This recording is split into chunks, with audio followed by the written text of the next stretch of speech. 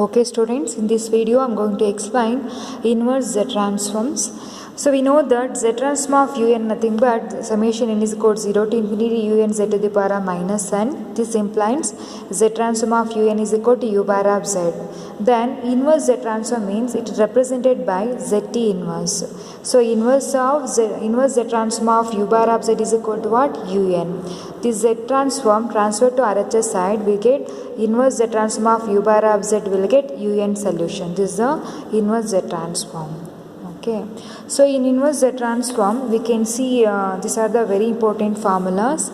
These formulas we already studied in Z transform. For the same functions I have written inverse Z transform. So Z transform of 1, Z transform of k to the power of n we have studied in the previous videos. The same functions we can write inverse Z transform. So inverse Z transform of z by z minus 1 is equal to 1. Inverse Z transform of z by z minus k is equal to k to the power of n. Means what are the solutions we are getting in Z transform? For the solutions, if you apply Z inverse Z transform, you will get the un term. Okay, the final solutions in terms will get in terms of n variable in inverse Z transform.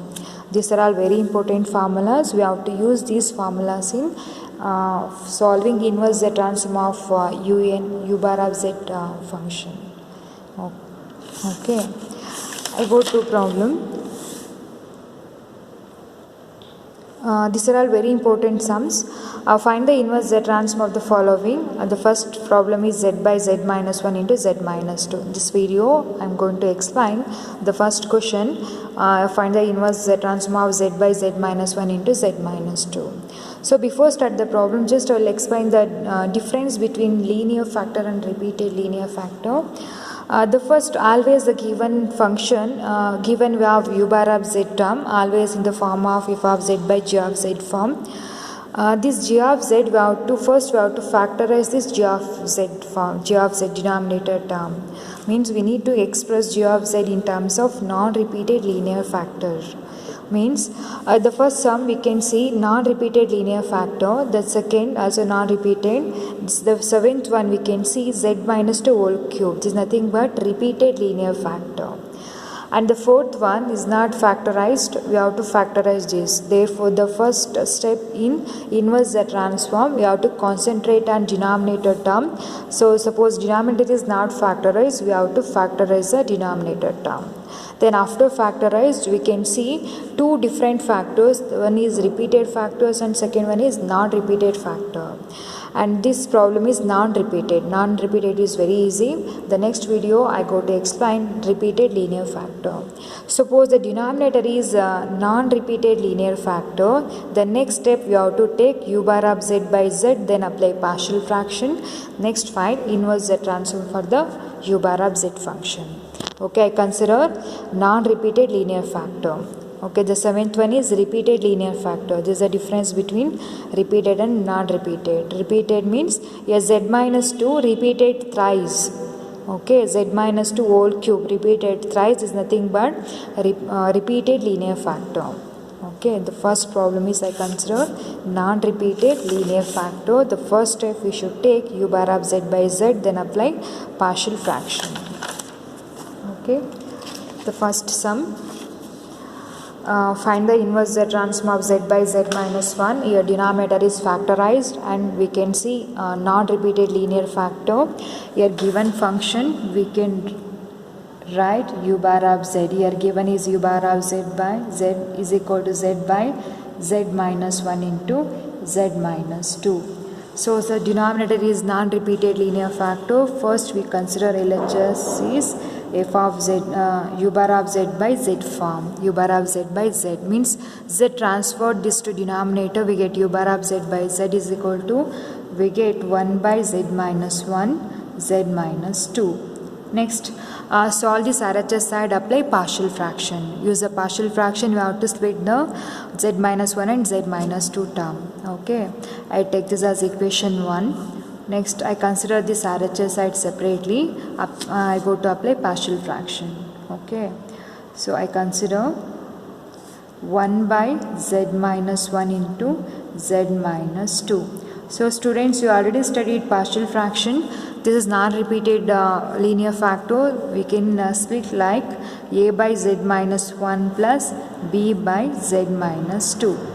Next, simplify this. So we'll get LHS side will get 1 and RHS side after taking LCM and simplify we get this time a into z minus 2 plus b into z minus 1. Next, take substitution for z, find out a and b constant values.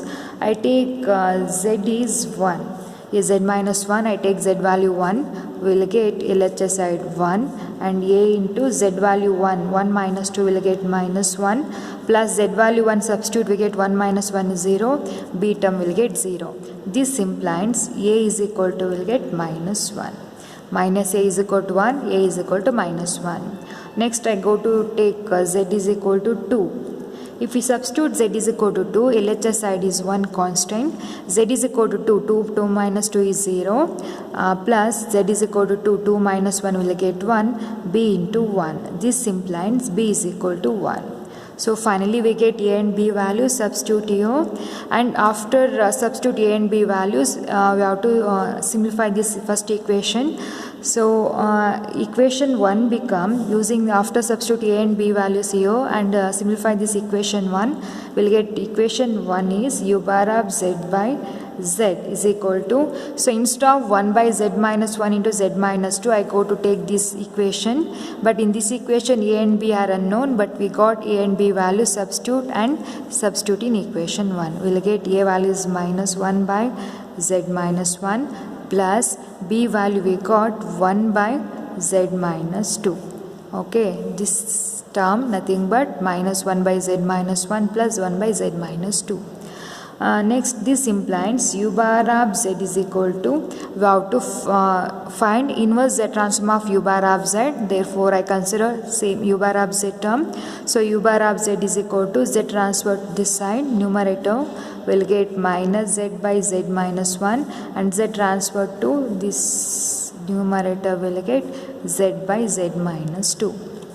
They are asking to find out inverse z transform. Therefore, I go to apply inverse on both sides.